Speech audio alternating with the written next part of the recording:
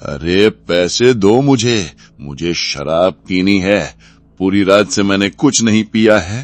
पैसे देती हो या एक थप्पड़ मारूं? खैर दोगी पैसे?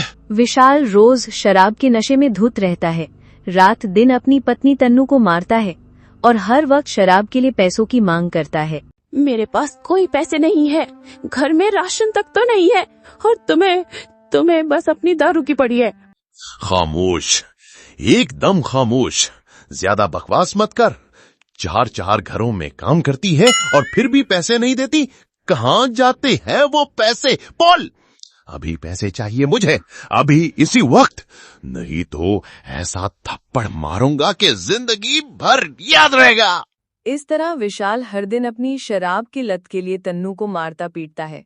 नशे में धुत होकर गली के नुक्कड़ पर बैठता है और आती जाती लड़कियों को छेड़ता है।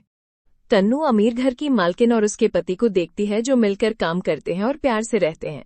देखो, दीदी के पति कितनी इज्जत करते हैं दीदी की, और हर काम में उनकी मदद भी करते हैं। काश विशाल भी ऐसे ही होते। क्या हुआ तन्नू, किसी गहरी सोच में हो? सब ठीक है ना घर पर? हाँ दीदी, सब ठीक है। बस सोच रही थी आज क्या खाना बनाऊं। आपके लिए वेज पुलाव बना दूं? दीदी उसे महीने के तनख्वाह में 2000 रुपए देती हैं। तन्नू पैसे लेकर घर आती है। उधर विशाल पैसों के इंतजार में बैठा होता है। आ गई मेरी कमाऊ औरत, चलो पैसे दो। नुक्कड़ पर मेरे दोस्त मेरा इंतजार कर रहे हैं। नहीं, मेरे पास कोई फालतू पैसे नहीं है तुम्हारी शराब के लिए। खुद कमाओ और जो मर्जी करो। विशाल गुस्से में आकर तन्नू को थप्पड़ मारता है और जबरदस्ती पैसे छीनकर दोस्तों के साथ पार्टी करने चला जाता है। मम्मी, आप रो मत। पापा बहुत गंदे इंसान हैं। आप घर घर जाके लोगों के बर्तन धोती हो, पैसे कमाती हो, और पापा आपसे पैसे छीन लेते हैं। आप पापा को छोड़ क्यों नहीं देती? हम किराए के घर में रह लेंगे। नहीं मेरी बच्ची, अपने पापा के लिए ऐसा मत बोलो। मुझे मेरे खाटू श्याम जी पर भरोसा है, वो एक न एक दिन सब ठीक करेंगे।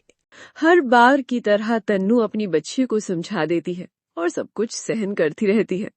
लेकिन एक दिन रास्ते से जा रही तन्नू से कुछ लड़के बदतमीजी करते हैं। मैडम कहाँ जा रही हो? बात तो सुनो। कभी हमारे घर भी आ जाओ मैडम, हमारे घर का भी काम कर देना, बहुत पैसा दूंगा। गुड़िया चलो बेटा, गली के कुत्तों का काम ही भौंकना होता है, इनकी बात मत सुनो। मम्मी, पापा भी तो यही है, उन्होंने गंदे अंकल को क्यों कुछ नहीं बोला? ऐसा होते देख विशाल को अपने आवारा दोस्त पर बहुत गुस्सा आ जाता है और वो उसे भला बुरा कहने लगता है। अरे टोपीबाज, वो मेरी पत्नी है, तूने मेरी पत्नी को क्यों छेड़ा? अपने दोस्तों से लड़ाई करने के बाद विशाल घर जाता है, जहां तनु घर छोड़कर जा रही होती है।